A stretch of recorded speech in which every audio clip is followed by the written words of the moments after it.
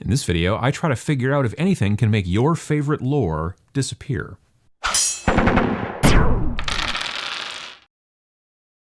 A quick note, you know how sometimes on social media I complain about how the old studio during the summer is very, very hot.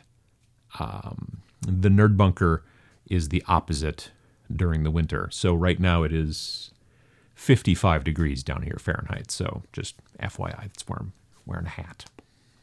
So I did a video a while back about why I think Age of Sigmar is a good thing. And if you haven't watched it already, or if you'd like to rewatch it, you can do it right up here. Pachow. And there's a lot of comments, obviously, because it's a kind of a, there's a lot of discussion to be had, a lot of opinions in either direction. And one of the things that kept cropping up that I didn't think of, frankly, it was about the story, otherwise known as the lore or the fluff by many gamers.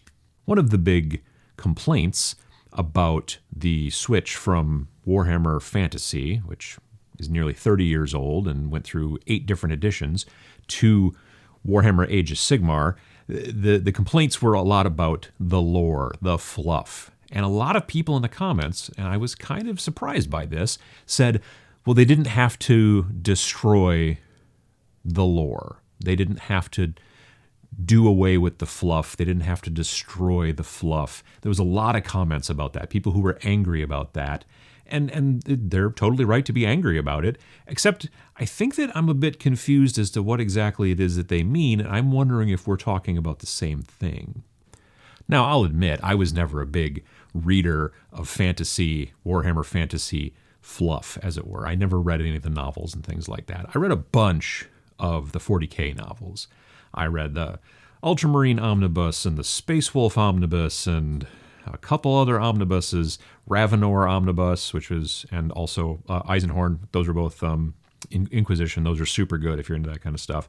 A bunch of one-off novels, and then a bunch of the Horus Heresy stuff, specifically the earlier stuff, about how the heresy happened and all that stuff leading up to that. I read a bunch of that stuff, but never any fantasy. So I thought, okay, well, evidently when they decided to switch over to, Age of Sigmar, they must have just gotten rid of all of those old books for fantasy from the Black Library. They must have just decided, well, we've switched over to Age of Sigmar now, so all that stuff is gone. Well, as it turns out, that's not the case.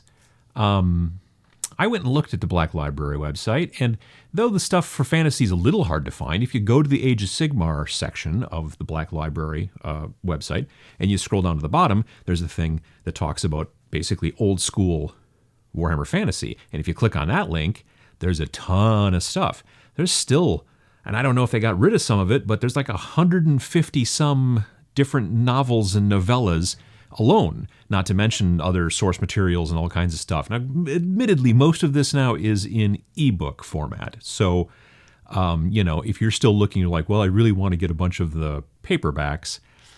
It's very difficult to get a paperback new from a book that came out 10 years ago, unless that thing is a humongous bestseller kind of deal, a classic. You can go out and find a brand new paperback, I'm sure, for Catch 22, but it's difficult to kind of expect that you're still going to be able to find a brand new in-stock third printing, particularly, or maybe only second printing, of some fantasy novel from, Warhammer from, say, 1999 or whatever. I don't know. I mean, it's going to be difficult to find that stuff and to expect that. But with an ebook, it's out there forever. So now you can still get all that stuff. So I started to think, and I'm like, well, what do these commenters mean when they're talking about how they destroyed the fluff?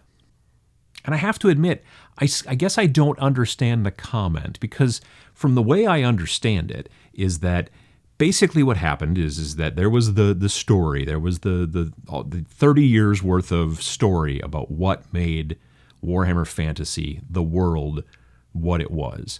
And then along came the end times, and they released a bunch of fancy, books about the end times, where everything eventually stopped and ended. And basically, you could say pretty much the kind of chaos won.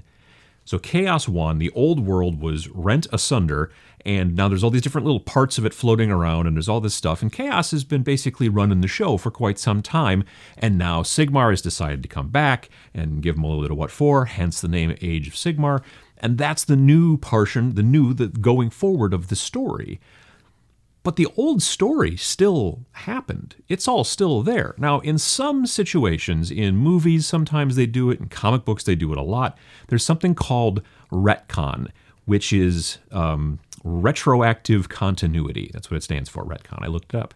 And what happens is that they will write a story that basically invalidates what they wrote before. Sometimes they do it in movies, where they'll do that. Sometimes it'll be, it's a timeline shift. Like they did that in some of the most recent X-Men movies, kind of got rid of X-Men 3 because of Days of Future Past or whatever. There's a lot of that goes on. And like I said, comic books do it all the time.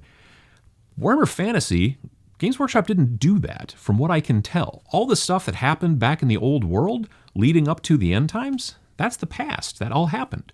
And then the end times happened. And then that happened, and now it's the past because now we're in the Age of Sigmar.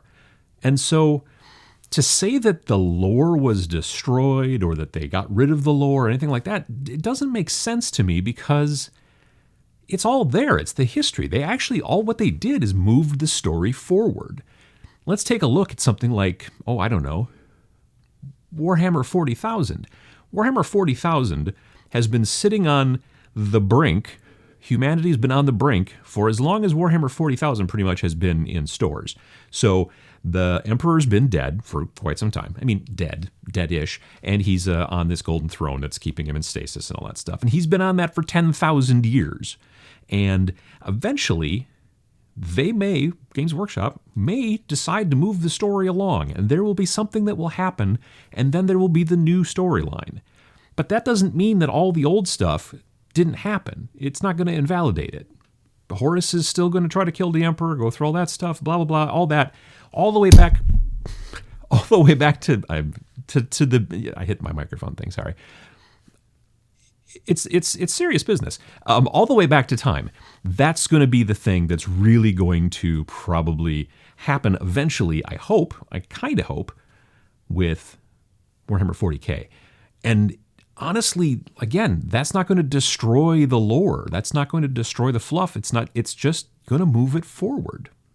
Basically, in my opinion, and you may think differently, obviously, moving a story forward, making a new story, does not invalidate the old story. Unless it does. Unless they've decided to go and do the retcon thing. And like I said, comic books, sometimes movies, they do that. That didn't seem to happen in this case. So from my mind, the end times and then moving into Age of Sigmar, that's just different story. It's moved forward and we've gone on with the next iteration of what happens in the game. You can still look at all the old books. You can still buy all the old books if you want to, as long as you're happy with ebooks. And you can also take a look at the new books. But the story didn't change. It just moved forward. And I think that stories need to do that from time to time.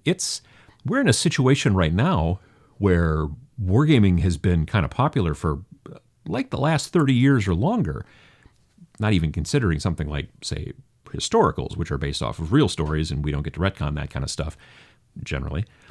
But we have to eventually kind of move the story along. You can't just make something that this is the story and this is the way it's always been, because eventually some people do get bored. Now, admittedly, some people get a little angry when you kind of change things, but that's what happens. Change is the only constant, and so we have to keep moving the story forward.